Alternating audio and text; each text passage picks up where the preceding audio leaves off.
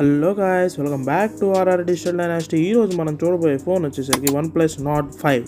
First మనం inbox contents ఏంటో చూసేద్దాం. ఇన్బాక్స్లో చూసుకుంటే ముందుగా మొబైల్తో పాటు కలర్కి తగ్గ case and also 80W charger brick, Type A to Type C connector and quick start guide and SIM injector pin. ఇవి బాక్స్లో ప్రొవైడ్ చేసిన కంటెంట్స్.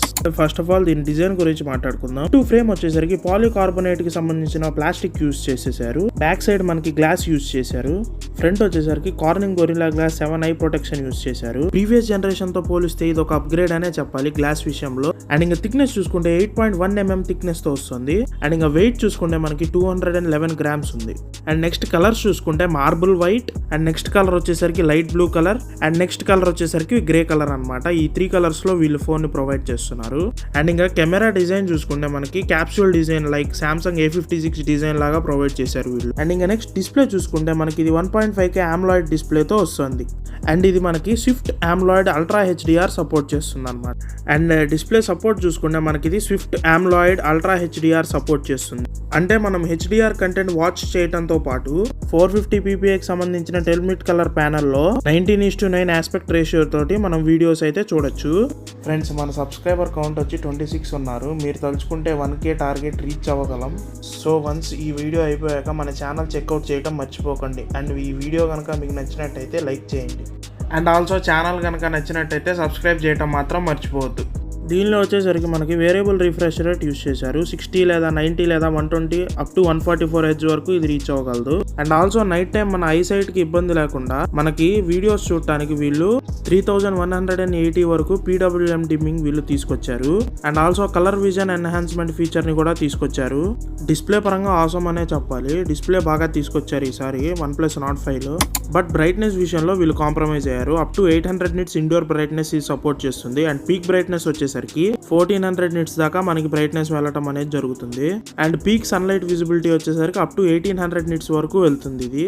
అండ్ OnePlus కి సంబంధించిన ఆక్వా టచ్ టెక్నాలజీతో వస్తుంది. అండ్ ఆక్వా టచ్ వర్షన్ వచ్చేసరికి 2.0 వర్షన్ తో వస్తుంది.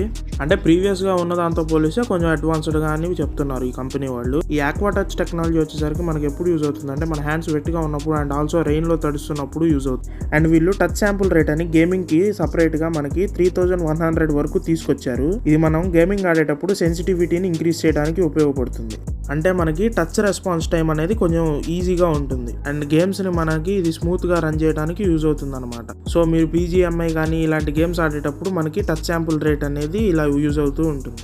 కొంచెం ఫ్లూయిడ్నెస్ గేమింగ్ లో యాడ్ చేయడానికి ఇది యూజ్ అవుతుంది.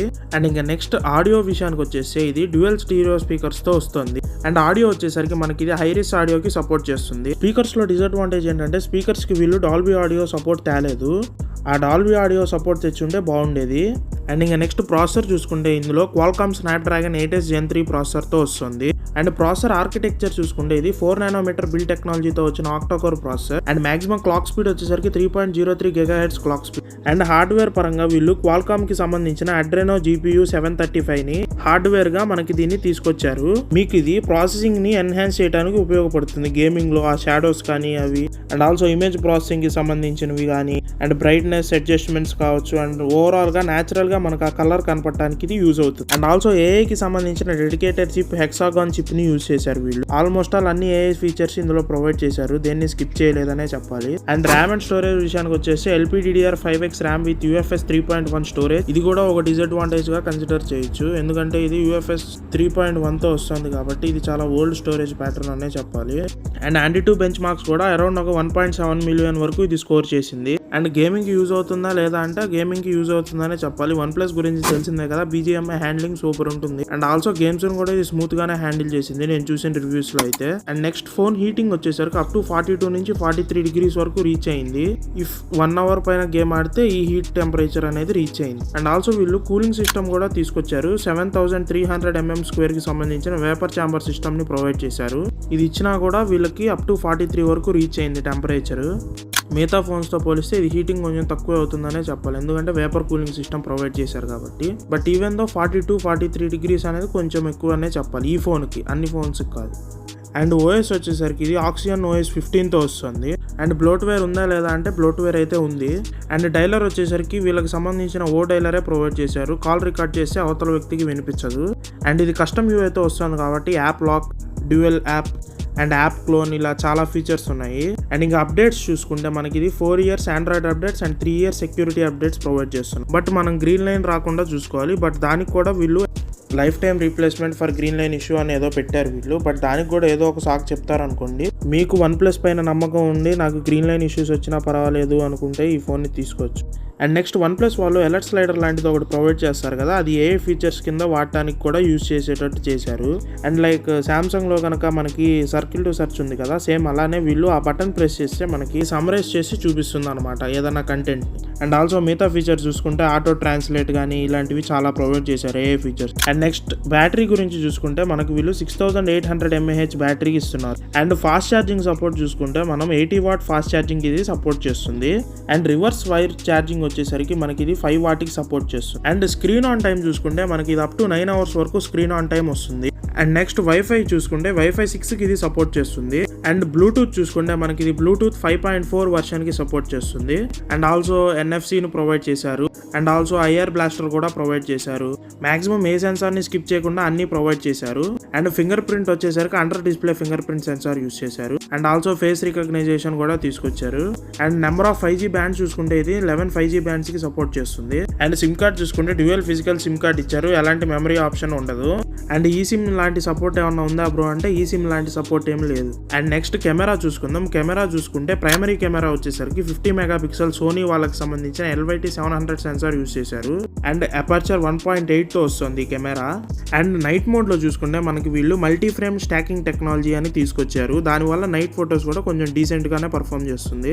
నార్డ్ 4 తో పోలిస్తే ఇది నైట్ కెమెరాకి హ్యూజ్ అప్గ్రేడ్ అనే చెప్పాలి. నైట్ మోడ్ లో ఇది బాగా పర్ఫామ్ చేస్తుంది కెమెరా. అండ్ డే లైట్ లో కూడా యావరేజ్ గానే పర్ఫామ్ చేస్తుంది నేను చూసిన రివ్యూస్ లో. అండ్ అల్ట్రా వైడ్ చూసుకుంటే మనకి ఇది 8 మెగాపిక్సెల్ తో వస్తుంది. అండ్ అపర్చర్ 2.2 తో వస్తుంది. అండ్ 50 మెగాపిక్సెల్ కెమెరాకి ఇది ఆప్టికల్ ఇమేజ్ స్టెబిలైజేషన్ సపోర్ట్ చేస్తుంది. అండ్ ఫీచర్స్ చూసుకుంటే LED flash, ultra HDR, panorama provide చేస్తున్నారు. And back camera video capability వచ్చేసరికి అప్ టు 4K 60 FPS వరకు మనం రికార్డ్ చేసుకోవచ్చు. అండ్ వీడియో వచ్చేసరికి 1080p లో మనకి గైరో EIS కూడా సపోర్ట్ చేస్తుంది. అండ్ సెల్ఫీ కెమెరా వచ్చేసరికి వీళ్ళు 50 మెగాపిక్సెల్ విత్ అపర్చర్ 2.0 తో ప్రొవైడ్ చేస్తున్నారు. అండ్ వీడియో క్యాపబిలిటీ వచ్చేసరికి మనకి అప్ టు 4K 60 FPS వరకు సపోర్ట్ చేస్తుంది. అండ్ ఎలాంటి OIS సపోర్ట్ ఉన్నట్టు వీళ్ళు మెన్షన్ చేయలేదు. బట్ గైరో EIS అంటే ఎలక్ట్రానిక్ స్టెబిలైజేషన్ మాత్రం సపోర్ట్ ఉన్నట్టే మెన్షన్ చేస్తున్నారు. బ్యాక్ కెమెరా చూసుకుంటే ఓవరాల్ గా యావరేజ్ గానే పర్ఫామ్ చేసింది. బట్ బ్యాక్ కెమెరాలో మనం నైట్ మోడ్ యూస్ చేసినట్టయితే మల్టీ ఫ్రేమ్ స్టాకింగ్ టెక్నాలజీ అని వీళ్ళు ఒక టెక్నాలజీ తెచ్చారు కదా, ఆ టెక్నాలజీతో యూస్ చేసి ఫోటోలు తీస్తే మాత్రం నైట్ టైంలో ఎక్సలెంట్ గా ఫోటోలు క్యాప్చర్ చేస్తుంది. అండ్ ఫ్రంట్ కెమెరా చూసుకుంటే ఫ్రంట్ కెమెరా కూడా యావరేజ్ గానే పర్ఫామ్ చేస్తుంది. బట్ డీటెయిలింగ్ మాత్రం ఎక్కడా మిస్ కాలేదనే చెప్పాలి. ఓవరాల్ గా కెమెరాస్ అన్ని చూసుకుంటే యావరేజ్ అనే చెప్పొచ్చు. నెక్స్ట్ పాజిటివ్స్ అండ్ నెగిటివ్స్ చూసుకుందాం. ఫస్ట్ ఆఫ్ ఆల్ నెగిటివ్స్ చూసుకుంటే మనకి ఇది రివర్స్ వైర్ ఛార్జింగ్ వచ్చేసరికి మనకి ఇది up to only 5 watts support చేస్తుంది. అండ్ సెకండ్ మైనస్ పాయింట్ చూసుకుంటే మనకి ఇది ఫ్రంట్ కెమెరాలో ఎలాంటి ఆప్టికల్ ఇమేజ్ స్టెబిలైజేషన్ ప్రొవైడ్ చేసినట్టు ఎక్కడ మెన్షన్ చేయలేదు. ఓన్లీ ఎలక్ట్రానిక్ ఇమేజ్ స్టెబిలైజేషన్ తెచ్చినట్టే మెన్షన్ చేసింది. సో అది కూడా ఒక మైనస్ పాయింట్ గానే కన్సిడర్ చేయాలి. నెక్స్ట్ మైనస్ పాయింట్ వచ్చేసరికి సన్లైట్ విజిబిలిటీ అనమాట. సన్లైట్ విజిబిలిటీ వీళ్ళు ఓన్లీ అప్ టు 1800 nits కి మాత్రమే సపోర్ట్ చేసేటట్టు పెట్టారు. సో ఇది ఒక మైనస్ పాయింట్ అనే చెప్పాలి. అండ్ ఇంకా నెక్స్ట్ ప్లస్ పాయింట్స్ చూసుకుంటే ఫస్ట్ ప్లస్ పాయింట్ వచ్చేసరికి దీని బ్యాక్ కెమెరా అనమాట. బ్యాక్ కెమెరాస్ రెండు బాగానే పర్ఫామ్ చేశాయి. అండ్ ఆప్టికల్ ఇమేజ్ స్టెబిలైజేషన్ కూడా సపోర్ట్ ఉంది బ్యాక్ కెమెరాకి. అండ్ నెక్స్ట్ ప్లస్ పాయింట్ వచ్చేసరికి ప్రాసెసర్ అనమాట. ప్రాసెసర్ కూడా గేమింగ్ కి బాగా సపోర్ట్ చేస్తుంది. BGMI హ్యాండ్లింగ్ అదంతా బాగుంది. And next base variant price చూసుకుంటే మనకి ఇది 8GB RAM 256GB స్టోరేజ్ 31,999కి వస్తుంది. And 12GB RAM 256GB storage వచ్చేసరికి మనకి ఇది 34,999కి వస్తుంది. ఓవరాల్ గా ప్రైసింగ్ అయితే యావరేజ్ ప్రైసింగ్ అనే చెప్పాలి. అటు సూపర్ అని చెప్పలేం, ఇటు అసలు బాగాలేదని చెప్పలేం. ఓవరాల్ గా తీసుకోవచ్చా వద్దా అంటే మీకు OnePlus పైన ట్రస్ట్ ఉంటే మాత్రం తీసుకోవచ్చు, లేకపోతే ఆఫర్స్ వచ్చే వరకు వెయిట్ చేసి తీసుకోండి. బట్ మీకు OnePlus పైన నమ్మకం ఉంటేనే తీసుకోండి, బికాస్ గ్రీన్ లైన్ ఇష్యూస్ లాంటివి ఏమైనా రేజ్ అయ్యే ఛాన్సెస్ ఉంటాయేమో. బట్ దీనికన్నా బెటర్ iQOO Neo 10 అని నా ఒపీనియన్. బట్ అది కూడా బేస్ వేరియంట్ మాత్రమే వస్తుంది. బట్ ప్రాసెసర్ దీనికన్నా పెద్దదే కదా, అందుకని దీనికన్నా బెటర్ అని నా ఒపీనియన్. దీనికన్నా కొంచెం ప్రైస్ యాడ్ చేసుకొని అది తీసుకోవడమే బెస్ట్. బట్ iQOO Neo 10 వచ్చేసరికి బేస్ వేరియంట్ 31,999 ఉంది కదా అని నన్ను అడగచ్చు. బట్ ఆఫర్స్ లో మనం చూసుకుంటే అది 26,999కి వచ్చే ఛాన్స్ ఎక్కువ ఉంది. సో ఆ ప్రైస్కి వస్తే మాత్రం iQOO Neo 10 ని కన్సిడర్ చేయడమే బెస్ట్ అని నా ఒపీనియన్. సో ఇది ఫ్రెండ్స్ నా ఒపీనియన్ OnePlus Nord 5 పైన. మీకు కనుక ఈ వీడియో నచ్చినట్టయితే లైక్ చేసి షేర్ చేసి ఛానల్ని సబ్స్క్రైబ్ చేసుకోండి ఫ్రెండ్స్.